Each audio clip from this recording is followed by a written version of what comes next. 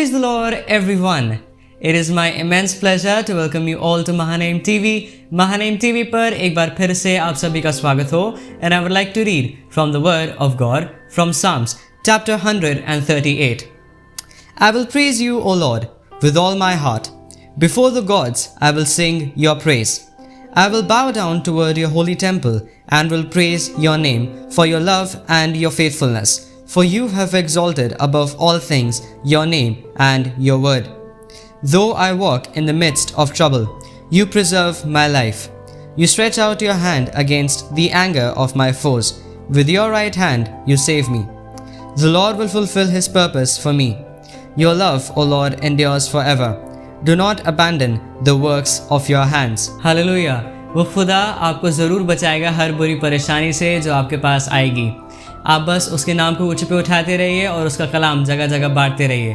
तो आइए हम उसके पवित्र नाम को ऊंचे पे उठाएं. Let us exalt his wonderful name on high with a beautiful song, and then we will be blessed by the word by my father, Pastor Ashish Kenneth Lal. May the Lord bless you. कुछ ना रह गया अब बाकी, ख्वाहिशें मेरी अब ना रही, इल्तिजा बस तुझसे ही मिलने की, लबरेज तेरे रूह से होने की. कुछ ना रह गया अब बाकी, ख्वाहिशें मेरी अब ना रही, इल्तिजा बस तुझसे ही मिलने की, लबरेज तेरे रूह से होने की. मैं तो माटी हूँ, उठा ले, खाली हूँ, तू भर दे. मैं तो माटी हूँ, मैं तो माटी हूँ, उठा ले, खाली हूँ, तू भर दे. आया हूँ मैं तेरे दर पर, निगाहे करम कर, तू मुझ पे फजल कर. बैठा हूँ लगा के आस तुझसे, वो दीदार मेरा तेरे रूह से. आया हूँ मैं तेरे दर पर, निगाहे करम कर, तू मुझ पे फजल कर. बैठा हूँ लगा के आस तुझसे, वो दीदार मेरा तेरे रूह से.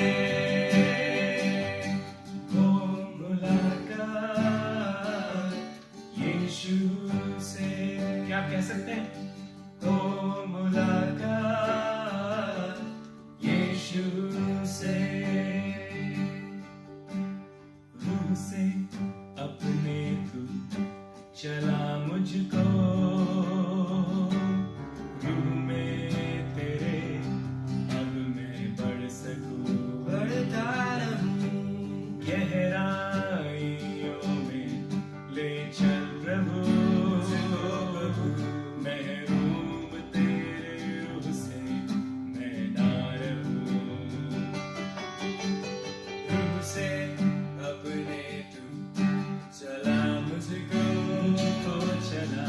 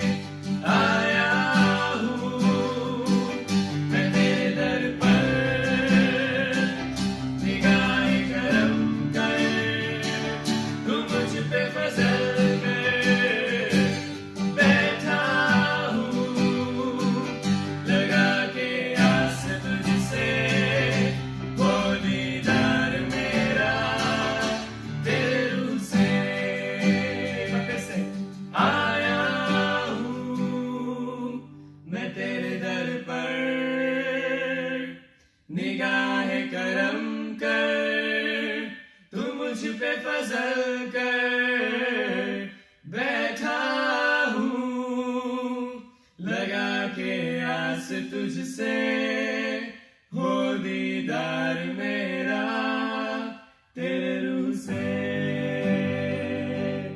हो मुलाकात यीशु से। हाथ उठा के तो मुलाकात यीशु से, एक बार फिर से हो मुलाकात यीशु से।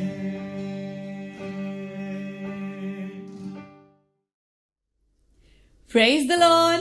एक बार फिर से आप सभी का महानेम टीवी पे स्वागत हो। I am here to welcome you all. एक बार फिर से आपसे मुलाकात करने आई हूँ। बहुत दिन हो गए थे that I was not able to come and see you all. इसलिए आज बहुत दिल करा कि आप सबसे एक बार फिर से आके मुलाकात कर सकूँ। यू नो, इससे पहले कि पास्टर आशीष आके आज के वचन का प्रचार आपके बीच में करे, आपको बरकत दे, मेरा बहुत दिल है कि आज एक बात के वसीले से आपको बरकत देना चाहती हूँ। I have just come here to bless you people of God, and I have just come here to tell you one thing: the Lord loves you. I have just come here to tell you one thing, people of God, wherever you are. आप आज की सुबह जहां पर भी हैं, जहां पर भी मेरी आवाज को सुन रहे हैं आज के दिन में, I just want to tell you one thing: the Lord loves you. परमेश्वर आपसे प्रेम करता है। आपका बनाने वाला आपको प्रेम करता है, जिसने आपको आपकी माता के गर्भ में रचा है और आपका नाम लेकर आपको बुलाया है। वो आपसे प्यार करता है, वो आपको जानता है। मालूम वो 99 को छोड़कर आप एक के पीछे आने को तैयार रहता है। He loves you so much and we love you too. हम भी आपसे प्यार करते हैं और आज की सुबह में, आज के दिन में, आज बरकत देना चाहती हूँ। आपको एक बात से बरकत देना चाहती हूँ। इससे पहले कि हम वचन की ओर चलें, जल्दी से मेरे साथ में अपनी बाइबल्स में निकालिएगा दूसरा कुरिन्थियों, द बुक ऑफ 2 Corinthians, दूसरा कुरिन्थियों उसका 9वां अध्याय और उसकी 8वीं आयत। 2 Corinthians chapter 9 and verse 8। पहले इंग्लिश में पढ़ूंगी। And God is able to make all grace abound to you. Hallelujah, hallelujah. People of God, remember one thing: your God, my God, He is able to make all grace abound to you. Hindi में लिखा है, परमेश्वर सब प्रकार का अनुग्रह तुम्हें बहुत तायत से दे सकता है। सब प्रकार का अनुग्रह तुम्हें बहुत तायत से दे सकता है, जिससे हर बात में और हर समय सब कुछ जो तुम्हें आवश्यक है। एक बार फिर से पढ़ रही हूँ, ध्यान से सुनिएगा। परमेश्वर सब प्रकार का अनुग्रह तुम्हें बहुत तायत से दे सकता है, जिससे हर बात में और हर समय सब कुछ जो तुम्हें आवश्यक है तुम्हारे पास रहे। जो तुम्हें आवश्यक है तुम्हारे पास रहे। और इसी बात से आज के दिन में आपको बरकत देना चाहती हूँ, so that having all sufficiency in all things at all times.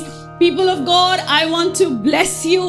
जो मेरी आवाज सुन रहे हैं, आज के दिन में उनको बरकत देना चाहती हूँ। खुद इस बरकत को रिसीव करना चाहती हूँ कि हमारे पास में परमेश्वर का अनुग्रह बहुत तायत से हो सकता है, बहुत तायत से हो सकता है, ताकि हमें हर बात में, हर समय में, सब बातों में हमारे पास में बहुत तायत से हो। We will have sufficiency in all things at all times. Hallelujah.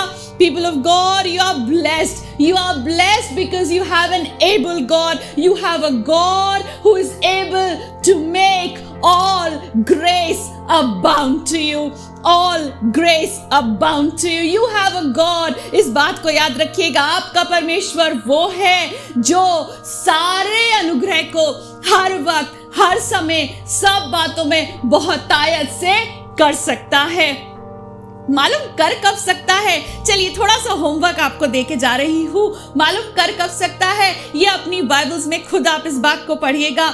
दूसरा कुरिन्थियों 9वां अध्याय उसकी 8वीं आयत मैंने पढ़ी है। आप अपनी बाइबल्स में आज के दिन में 6ठी और 7वीं आयत पढ़िएगा। Read 2 Corinthians chapter 9 verses 6, 7 and 8। 8वीं आयत मैंने आपके लिए बरकत दी है, उससे पहले की 2 आयतें आप पढ़िएगा। And you will know when your God will make all grace abound to you। May the Lord bless you। खुदा बाप आपको बहुत बरकत दे।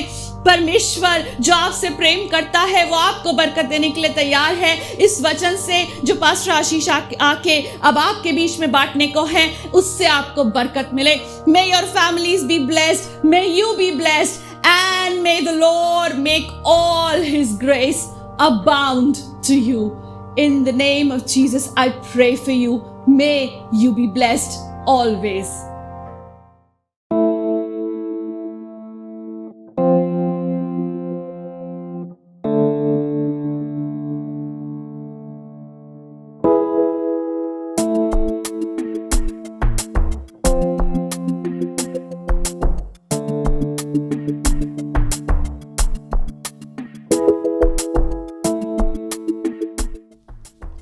Praise Lord, hallelujah. परमेश्वर का धन्यवाद करता हूं एक बार फिर आज के इस दिन के लिए। शुक्रगुजार हूं खुदा बाप का कि उसने ये नायाब मौका दिया कि एक बार फिर आपसे मुलाकात कर रहा हूं, एक बार फिर मैं आपसे मुलाकात कर रहा हूं और एक बार फिर आप मुझसे मुलाकात कर रहे हैं। हाँ, ये तो सही बात है कि हम YouTube पे शायद मुलाकात कर रहे हैं या Facebook पे मुलाकात कर रहे हैं, लेकिन हम परमेश्वर का धन्यवाद करते हैं कि हम एक साथ में मिलकर प्रभु यीशु मसीह की आराधना करने पा रहे हैं। और आज के इस दिन में, इस मुबारक दिन में, कि एक बार फिर परमेश्वर का वचन जो मुझ तक पहुंचा और मैं आप तक लेकर आ रहा हूं, मैं विश्वास करता हूं कि परमेश्वर मुझे बरकत देगा, परमेश्वर आपको बरकत देगा और हमें एक साथ में अपनी महिमा और अपने जलाल का कारण बनाएगा। आज के इस दिन में एक बार फिर से I am so compelled to speak about the grace of God yet again with you. You know, his grace is ever growing, his grace is overflowing, his grace is upon me, his grace is upon you, his grace is upon our families, upon everything that you and I are doing, because his grace is in abundance, his grace is his saving grace। उसका अनुग्रह मेरे और आपके लिए काफी है, उसका अनुग्रह मेरे और आपके ऊपर पाया जाता है, उसके अनुग्रह के अंदर मैं और आप ढपे हुए हैं। और मैं उसके अनुग्रह के बारे में एक बार फिर से आपसे बात करने वाला हूं, क्योंकि मैं उत्साहित हूं। अगर परमेश्वर अपने अनुग्रह को मेरे और आपके ऊपर से हटा ले तो यकीनन मैं और आप जीवित ना रहने पाएंगे, यकीनन मैं और आप पनपने नहीं पाएंगे। We will not be able to survive, we will not be able to be successful people। Why? It is because of the grace of God that you and I thrive, that you and I live, that you and I are successful in whatever you and I are doing। परमेश्वर का धन्यवाद कीजिए, अपने हाथों को उठा के धन्यवाद कीजिए, ताली को बजा के धन्यवाद कीजिए, धन्यवाद कीजिए परमेश्वर के अनुग्रह का, धन्यवाद कीजिए उसकी ग्रेस का जो अपरंपार मेरे और आपके ऊपर करता चला जाता है। जी हां, पिछले 3 हफ्ते से लगातार परमेश्वर ने जो मेरे दिल में डाला है उससे मैं कंपेल्ड हूं कि मैं आज एक बार फिर आपसे परमेश्वर के अनुग्रह के विषय में बात करूं। आपको लगेगा अब और क्या रह गया, परमेश्वर के अनुग्रह के बारे में हम 3 हफ्ते से सुनते चले आ रहे हैं, अब और क्या रह गया, कुछ नया नहीं है। मैं आपको विश्वास दिलाना मांगता हूं, परमेश्वर के अनुग्रह में हर दिन नया है। हालेलुया। परमेश्वर के अनुग्रह में हर एक पल नया है। और आज के इस दिन में परमेश्वर के अनुग्रह के विषय में जब मैं आपसे बातें करने वाला हूं, मुझे विश्वास है परमेश्वर आपसे बात करेगा। लेकिन आज के इस दिन में ना ही सिर्फ मैं और आप परमेश्वर के अनुग्रह के विषय में सुनेंगे, आज के इस दिन में मैं और आप परमेश्वर से उन बातों को, इसके वचन से उन बातों को सुनेंगे जो मुझे और आपको करने की आवश्यकता है।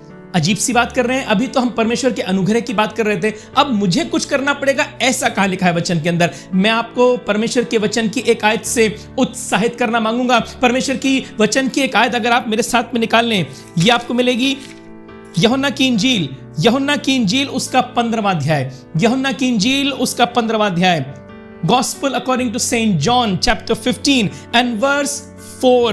I am going to read, abide in me and I in you, तुम मुझ में बने रहो और मैं तुम में। अगर आप परमेश्वर के अनुग्रह को अपने ऊपर रखे रहना मांगते हैं, अगर आप चाहते हैं परमेश्वर का अनुग्रह आपके ऊपर इसी प्रकार से बना रहे, आपके परिवार के ऊपर इसी प्रकार से बना रहे, आपके व्यवसाय के ऊपर, आपकी जॉब के ऊपर, आपके पैसे के ऊपर, आपके घर के ऊपर, आपके घर के राशन के ऊपर इसी प्रकार से परमेश्वर का अनुग्रह बना रहे, तो एक बात आपको भी करनी पड़ेगी, एक बात मुझे भी करनी पड़ेगी। अगर आप परमेश्वर के अनुग्रह में बने रहना मांगते हैं तो यह जरूरी है कि तुम यानी कि मैं और आप उसमें बने रहें, परमेश्वर में बने रहें और परमेश्वर की बातें मेरे और आपके अंदर बनी रहें। What is grace?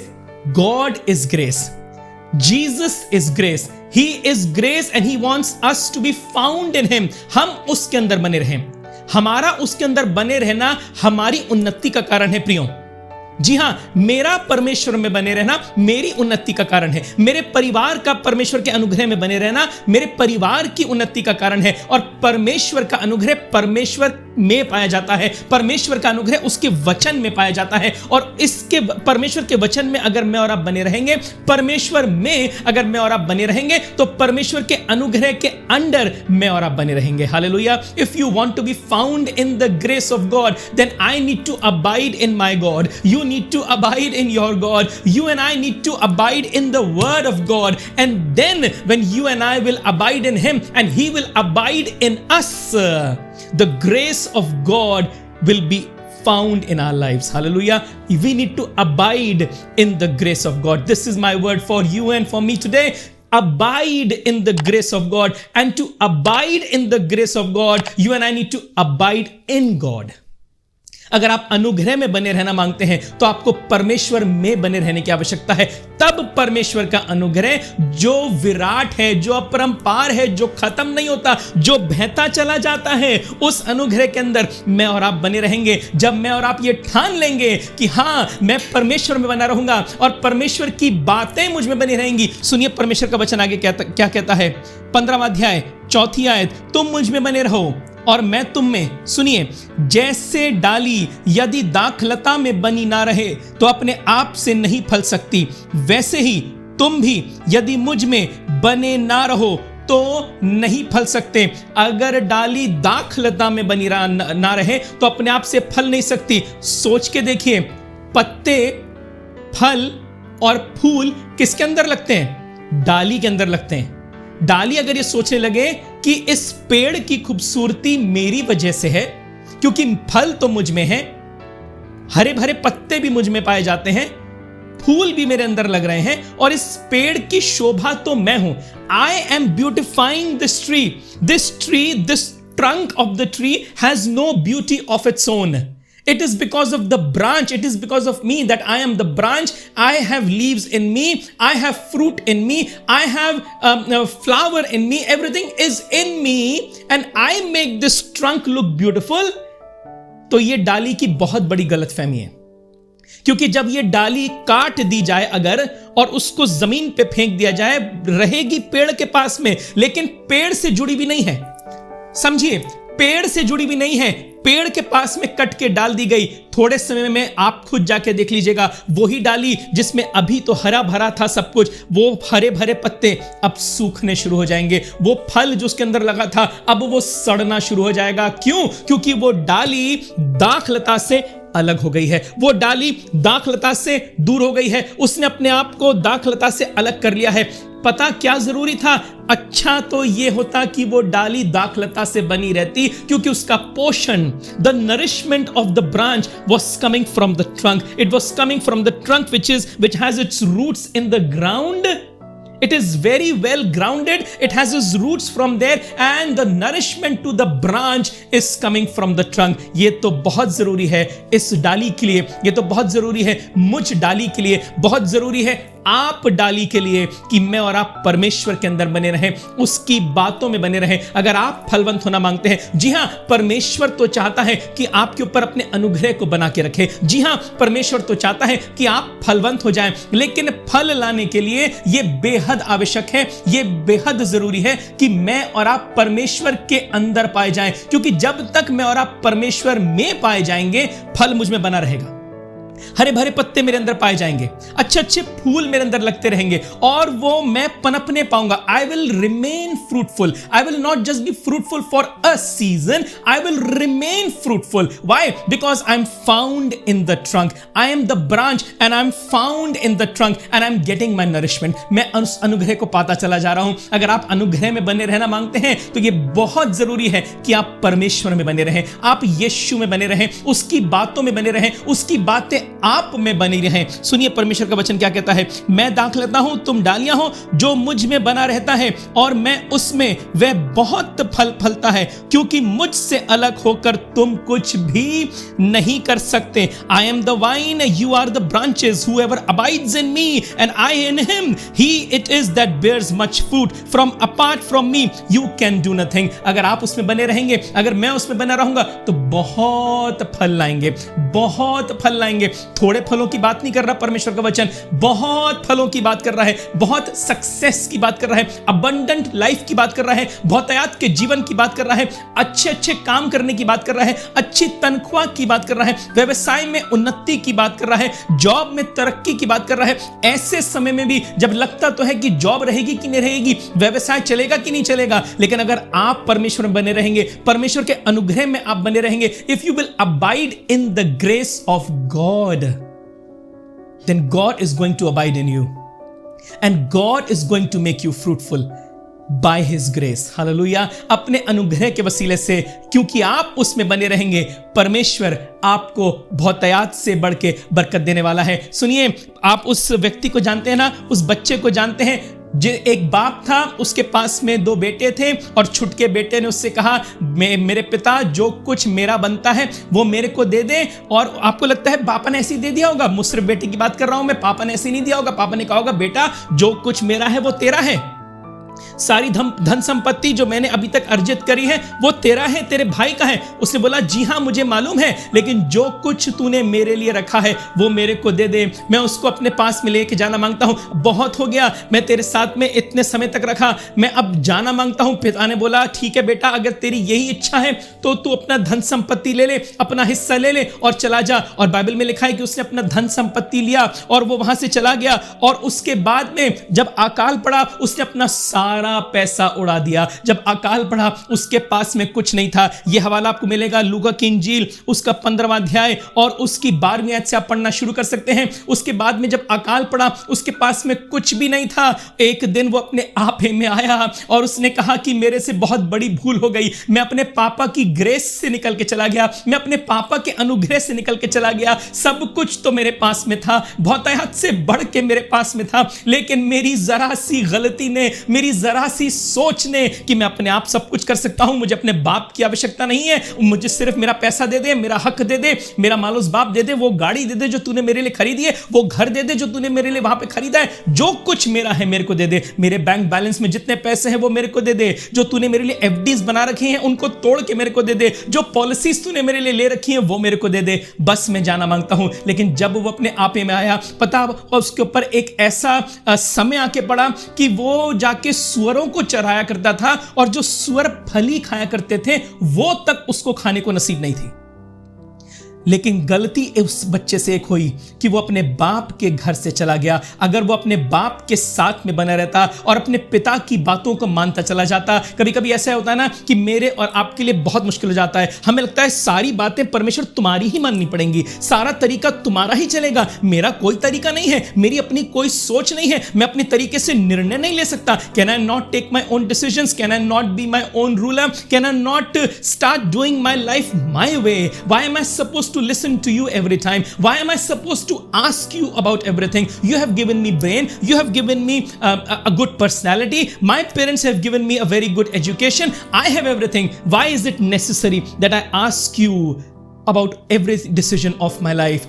ऐसा ही उस मुसरिफ बेटे के साथ में भी हुआ। वो अपने बाप के घर से चला गया और जब अपने बाप के घर से चला गया तो उसके पास में धीमे धीमे सब कुछ जाने लगा। पता क्यों? क्योंकि वो उस अनुग्रह से दूर हो गया था। वो डाली था और उसको लग रहा था मैं डाली हूं, लेकिन सब कुछ तो मेरे पास में है, मुझे इस तने की कोई आवश्यकता नहीं। बहुत हुआ, बहुत साल में इस तने से लगा रहा, अब मैं इस तने से अलग होके अपने आप पनपूंगा। जी नहीं, डाली अपने आप से पनप नहीं सकती, आप और मैं अपने आप से पनप नहीं सकते। हमें परमेश्वर परमेश्वर में बने रहने की आवश्यकता है, तब परमेश्वर का अनुग्रह मेरे और आपके ऊपर बना रहेगा। हालेलुया। जब वो बेटा अपने आप में आया और अपने बाप के पास में वापस गया, मालूम बाइबल में क्या लिखा है? 20वीं आयत कहती है, तब वह उठकर अपने पिता के पास चला। वह अभी दूर ही था कि उसके पिता ने उसे देखकर तरस खाया और दौड़कर उसे गले लगाया और बहुत चूमा। पिता तो वहीं पे खड़ा था, पिता तो वहीं पे मौजूद था। अपने तरस से भरकर, अपने अनुग्रह से भरकर, उस ग्रेस से भरकर पिता अपने पुत्र का इंतजार हर एक दिन में किया करता था कि मेरा बेटा मेरे पास में वापस आएगा, मैं एक बार फिर उसको अपने गले से लगा लूंगा, मैं उसको बहुत चूमूंगा। मैंने तो ये चाहा जैसे मुर्गी अपने बच्चों को अपने पंखों के तले छुपा के रखती है, संभाल के रखती है कि उनको कोई प्रॉब्लम ना हो जाए, मैंने भी अपने बेटे के लिए यही बात चाहिए थी। लेकिन मेरे पुत्र, मैं तेरा इंतजार कर रहा हूं। और जब बेटा अपने आपे में आया, अपने पिता के पास में वापस आया, पिता दौड़ के गया और उसको अपने गले से लगा लिया। यही होता है परमेश्वर के लोगों, जब मैं और आप गलती से उस अनुग्रह से निकल जाते हैं, परमेश्वर की बातों से निकल जाते हैं, परमेश्वर कहीं नहीं जाता, परमेश्वर वहीं होता है। There is one thing that we have heard often in English: sun rises in the east and sets in the west. Do you know it is really true or not? The sun rises in the east and sets in the west. But do you know one thing? The sun is always there. The sun never moves. सूरज कभी हिलता नहीं है। The earth revolves around it. The earth revolves around it. ठीक इसी प्रकार से अनुग्रह कहीं नहीं गया, अनुग्रह आपके ऊपर है, अनुग्रह मेरे ऊपर है। जो हट जाता है, जो अनुग्रह से दूर हो जाता है, जो उस अनुग्रह से अपनी पीठ कर लेता है, वो कोई और नहीं, वो मैं हूं और वो आप हैं। तो क्या करने की आवश्यकता है? वापस से लौट आइए, वापस से लौट आइए, उस अनुग्रह में वापस से लौट आइए। जब आप लौट आएंगे, पिता एक बार फिर से आपको अपने गले से लगाएगा, बहुत चूमेगा और वो सारा अनुग्रह, वो सारा अधिकार एक बार फिर से आपको दे देगा। आपको पता, एक व्यक्ति था जो यरूशलेम से निकल गया। There was a certain man who was going from Jerusalem to Jericho. वो यरूशलेम से बाहर निकल गया, यरीहो जाना मांगता था ताकि बिजनेस कर सके, थोड़ा और शायद पैसा कमा सके। लेकिन मार्ग में उसको कुछ लोगों ने पकड़ लिया, मारा, कूटा और उसी दशा में, वरन दुर्दशा में छोड़कर चले गए। जी हां, this is about the good Samaritan. नेक सामरी की बात कर रहा हूं। लूका की इंजील उसका 10वां अध्याय और उसकी 30वीं आयत। लूका की इंजील 10वां अध्याय और उसकी 30वीं आयत। मैं पढ़ूंगा नहीं, इस कहानी को आप अच्छी रीति से जानते हैं। जब यीशु मसीह ने यह कहानी बताई, तो ये बात जब मैं आपको बताना मांग रहा हूं, जब वो वहां पे पड़ा हुआ था, कितने ही लोग आए, उसको देखकर कतरा के वहां से चले गए। लेकिन ये सामरी व्यक्ति आया, इसने अपनी अनुग्रह की दृष्टि को उसके ऊपर करा, उसको वहां से उठाया, सराय के अंदर लेकर गया, सराय के मालिक से बोला, इसका ध्यान रखना, इसका ख्याल रखना, इसकी मरहम पट्टी करना, मैं तुम्हें पैसे देता रहूंगा, अपने पैसे की चिंता मत करना। परमेश्वर के लोगों, जब आप यरूशलेम में हैं, तो यरूशलेम से बाहर मत निकलेगा, क्योंकि यरूशलेम में परमेश्वर अपने अनुग्रह को आपके ऊपर बना के रखेगा। यरूशलेम परमेश्वर की वो जगह है जहां पर परमेश्वर स्वयं रहता है, जहां पर वो स्वयं वास करता है, और वो अपने लोगों के लिए यही चाहता है, तुम यरूशलेम में बने रहो, तुम मेरी उपस्थिति में बने रहो, तुम मेरे वचन के अंदर बने रहो, मेरे से प्रार्थना करते रहो, मुझसे दूर मत हो जाओ। मेरी अनुग्रह की दृष्टि हमेशा तुम्हारे ऊपर बनी रहती है, क्योंकि मैं तुमसे बेहद मोहब्बत करता हूं। जब परमेश्वर की अनुग्रह की दृष्टि मेरे और आपके ऊपर बनी रहेगी ना, तो जब आप कुछ भी गलती करेंगे, लेकिन जब वापस आएंगे, तो परमेश्वर आपको प्यार करेगा, परमेश्वर आपको बहुत चूमेगा। Abide in the grace of God, abide in God, abide in his word, and whatsoever you will ask of the father in the name of Jesus, it will happen for you. Hallelujah. जो कुछ आप यीशु से मांगेंगे, पिता से मांगेंगे यीशु के नाम से, वो आपके लिए हो जाएगा। सुनिए, एक आखिरी आयत देके आपको उत्साहित करना मांगूंगा। भजन संहिता 125, Psalms 125, 2nd verse. As the mountains surround Jerusalem, so the Lord surrounds his people from this time forth and forevermore। जिस प्रकार यरूशलेम के चारों ओर पहाड़ हैं, उसी प्रकार यहोवा अपनी प्रजा के चारों ओर अब से लेकर सर्वदा तक बना रहेगा। हालेलुया। सिर्फ आज की बात नहीं कर रहा परमेश्वर, अब से लेकर सर्वदा तक बना रहेगा। जैसे यरूशलेम के चारों ओर पहाड़ हैं, यरूशलेम चारों ओर पहाड़ से घिरा हुआ है, यरूशलेम चारों ओर परमेश्वर के अनुग्रह से घिरा हुआ है, यरूशलेम चारों ओर परमेश्वर की उपस्थिति से घिरा हुआ है, यरूशलेम परमेश्वर में पाया जाता है और परमेश्वर यरूशलेम के अंदर पाया जाता है। मुझे और आपको भी वहीं पर पाए जाने की आवश्यकता है। परमेश्वर के लोगों, जब मैं और आप उसकी उपस्थिति में बने रहेंगे, जब मैं और आप उसके वचन के अंदर बने रहेंगे, तो अब से आइंदा तक, अब से आगे तक कोई वबा, कोई तकलीफ, कोई नगानी आफत आपको छूने ना पाएगी। आपके पास आएगी तो जरूर, आपका लेकिन ना तो नाश होगा, ना आपका सर्वनाश होगा। You will not be a defeated man, you will not lie down in a defeated manner, but you will stand up as a victorious person. Hallelujah. परमेश्वर आपको बहुत बरकत दे। परमेश्वर के इस वचन ने अगर आपको छुआ है तो आमीन लिख दीजिएगा, आमीन बोल दीजिएगा, ताकि परमेश्वर का यह वचन आपके और आपके परिवार के अंदर कार्य करता चला जाए। Abide in the word of God, abide in God, abide in the grace of God। अगर आप उसके अनुग्रह में बने रहना मांगते हैं तो सबसे पहले यह जरूरी है कि आप परमेश्वर में बने रहें, उसकी बातों में बने रहें। जब आप परमेश्वर में और उसकी बातों में बने रहेंगे, परमेश्वर का अनुग्रह आपके ऊपर बना रहेगा और आप उसके अनुग्रह के अंदर पाए जाएंगे। Abide in the grace of God, then you will abide in the abundant grace of God, then you will abide in the sufficient grace of God, then you will abide in the saving grace of God। Abide in God, abide in His word। परमेश्वर आपको बहुत बरकत दे। आइए अपनी आंखों को बंद करें, दुआ करें। Thank you Jesus, thank you Lord. प्यारे परमेश्वर, तेरा धन्यवाद करते हैं, तेरे बहुत शुक्रगुजार हैं इस समय के लिए। तेरा धन्यवाद करते हैं क्योंकि विश्वास करता हूं प्रभु, तूने अपने वचन के द्वारा अपने लोगों को बरकत दी है। ये वचन मेरे और हम सब लोगों के दिलों के अंदर नक्श कर दिया जाए। तेरा अनुग्रह अब से आइंदा हमेशा हमारे ऊपर, हमारे परिवार के ऊपर पाया जाए। हम तुझ में बने रहे मेरे प्रभु, तेरी बातें हम में बनी रहे, तेरा अनुग्रह हम में बना रहे पिता परमेश्वर, ताकि हम सुरक्षित और महफूज रहने पाए। धन्यवाद करते हैं सब बातों के लिए। विश्वास की प्रार्थना को अपने उद्धारकर्ता यीशु के नाम से मांगते हैं, आमीन।